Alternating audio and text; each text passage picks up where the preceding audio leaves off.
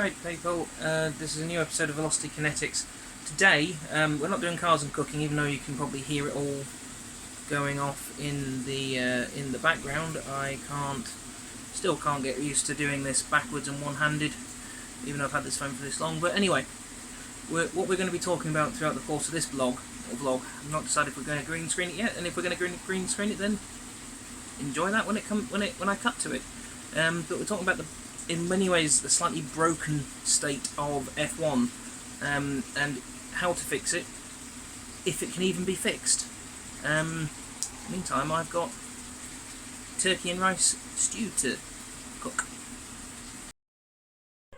Well, I was going to try getting the vlog done, but this week kind of got in the way, and now watching the Mexico Grand Prix, so this vlog about fixing F1 is going to take a while to piece together. I'm probably going to be a 2 or 3 week long vlog, just as in how long it's going to take me to record it. But let's see how this race pans out, and see if this changes any of the thoughts that I have about fixing F1. So on this vlog, a lot of the points are not entirely my own, as in I've heard them mentioned. So a lot of the points are not original, as in my original thought, but we'll see what we can come up with. And so I've just finished work. Been a long one, overtime yesterday and things today, but I just don't seem to be getting any time to film this vlog. It's a good job I don't rely on Velocity Kinetics to make me a lot of money, although please continue to donate, or even begin donating, to be honest. Donate via the PayPal link, paypal.me/VelocityKinetics. But trying to talk about the state of F1, what it needs to do to change. And there's a great number of things it needs to do. Now, before people have a go at me and accuse me of streaming, I've just realised I haven't actually set off yet. I'm sat in the car park, having just got across it after said long day. But what does it need to do to change? And I think, number one, it needs to change is its attitude, is the only way to put it. As speaking as someone who has often been accused of not having the greatest of attitudes towards things, it's got to learn, it's got to stop this instant dismissal. And what do I mean by instant dismissal? Well, the previous organisation I used to work for, well, actually, I don't work for them anymore, so I can say I used to work for a Santander's mortgage department, and during my early time there, I was often accused of, and probably quite justifiably, I mean, I'll never admit it, but because I don't see it that way, but probably quite justifiably, I was often accused of being very dismissive of things and refusing to learn from my mistakes.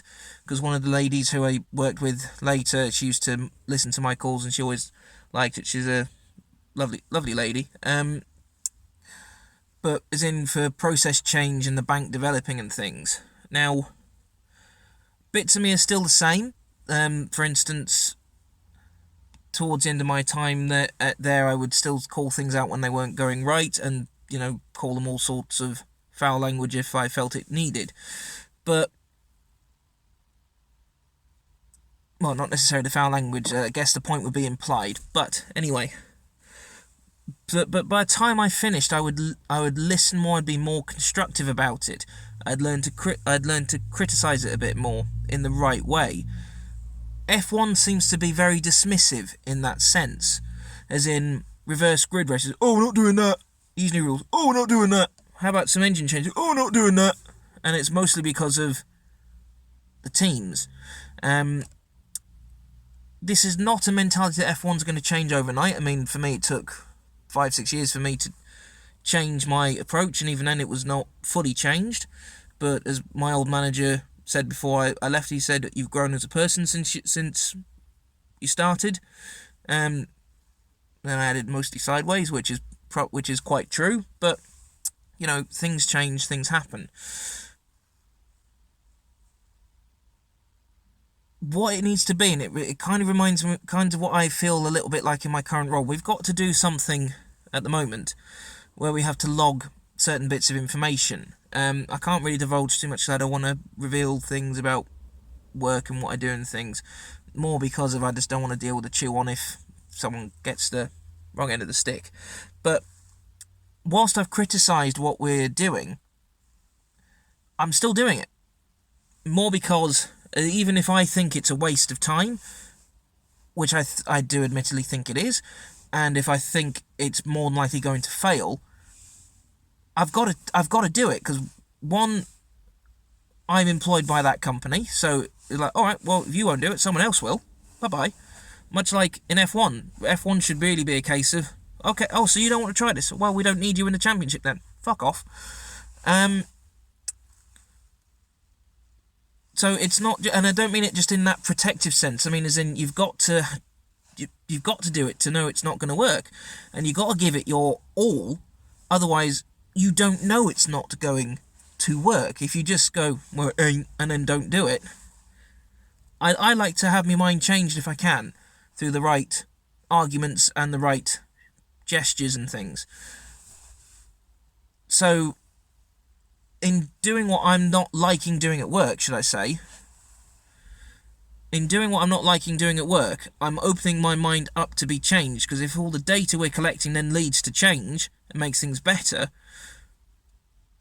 it still could have been executed in a far better fashion, but if it leads to improvement, then who the hell cares what people had a gripe with it in the first place? Because unless it becomes my baby, which it more than likely will not as in I want it to be, as in I don't really particularly want it to be my project, but I'll help accordingly. I'm not really in the position to have it as my project anyway, but that's beside the point.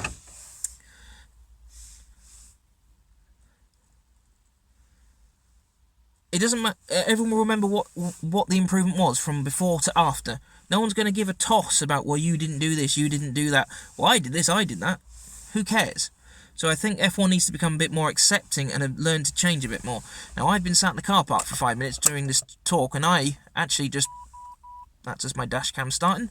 I just want to bloody get home. So, well, hashtag everyone wants to get home. So, home we go. So another day, another dollar, and another part of the vlog. So what else does F1 need to do to consider making changes? I appreciate it's just a bit dark on this video, so apologise on this section. They need to consider heavily introducing a cost cap. And what do I mean by that? Well, 175 million is still a hell of a lot to run an F1 team. And it still separates those who can from those who can't. Now, the previous proposed budget cap, like 40 million years ago, that's a bit too low. Really, I think you're probably looking around the 80 million mark. 80 to 100 probably is about the right area. I think it was in Build an F1 Team last year that we or a couple of years ago now, that we suggested 150 million, but there's not a lot we can do about that. I just realised that would help a lot, wouldn't it? So a budget cap is the best way to go. For me, the biggest thing to do is change the way the Constructors' Championship money is handed out. Now, those who've been in the sport for a long time, like Ferrari, Renault, McLaren, Williams, they should deserve some sort of legacy, because they've built up a legacy payment. But that would be separate. That should be something equal, not after you've been in the sport for X number of years. So say, for instance, if you manage to make it to 25 years in the sport, for instance, then you get a legacy payment. You then need to really look at how the prize money is handed out.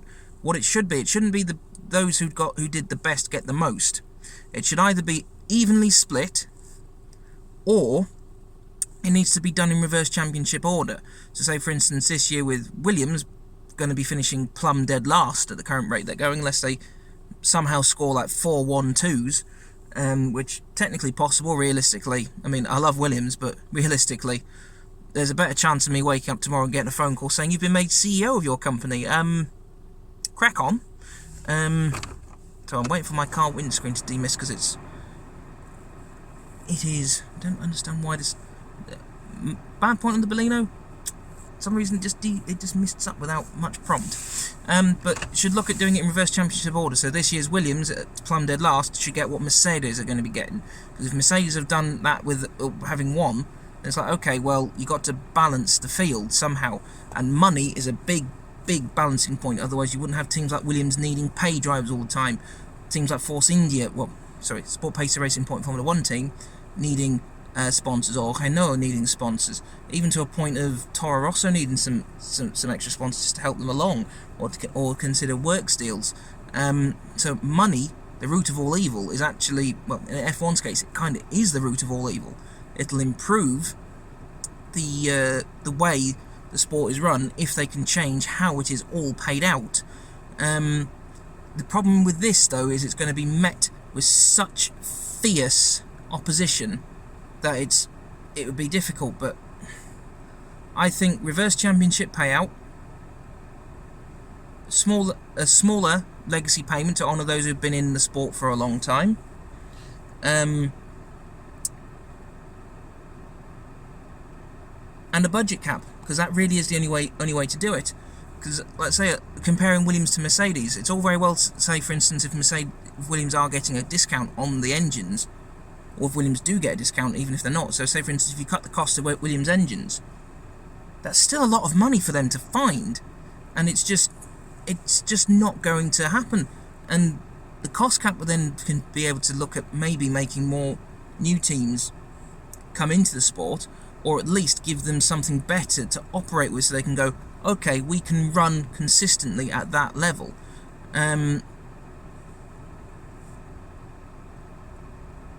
Title sponsors in some ways are a thing of the past, in some ways, because you've got McLaren running along with no title sponsor, and for years they were Vodafone or West McLaren. Then you've got Haas, who were Rich Energy Haas, and now they're just Haas. Williams, obviously, have had title sponsors Martini and Williams BMW and so on and so forth. So it needs to make itself somehow more sustainable as well, to make it so sponsors will come in. And my windscreen is demisted. I've done 2 hours overtime, so I started work at 7 o'clock this morning. It's now 5:10. My back hurts, my hearing is ringing, and I want to go home. So we'll pick this up another day.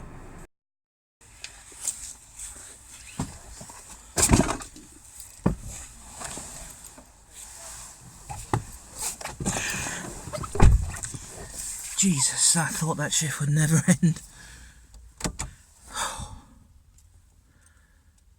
11-hour shift. Started at 7 o'clock in the morning. I've been in the building since 7:22, and it is now nearly 6:10. That is brutal, all in the name of overtime and paying for weddings. And trying to save for a house and stuff. So, we've talked about F1 need to change its attitude. We've talked about budgeting and the budget cap and costs and what they need to do in relation to that. Something else F1 needs to do to change the current state it's in, which kind of relates to the mindset. They need to experiment. Now, F1 in many ways is a massive experimental class, really, isn't it? It's not quite the same as Group C years ago in Le Mans, or the Prototype series, or any sort of touring car or anything like that. It's pioneering in a different sense, because the hybrid technology that they're using is incredible. I mean, I quite like it. I mean, admittedly, yes, I was worried about it, but it's incredible. However, F1 has recently shown itself it's unwilling to experiment. For instance, the qualifying races, the reverse grid races, they're wanting to trial.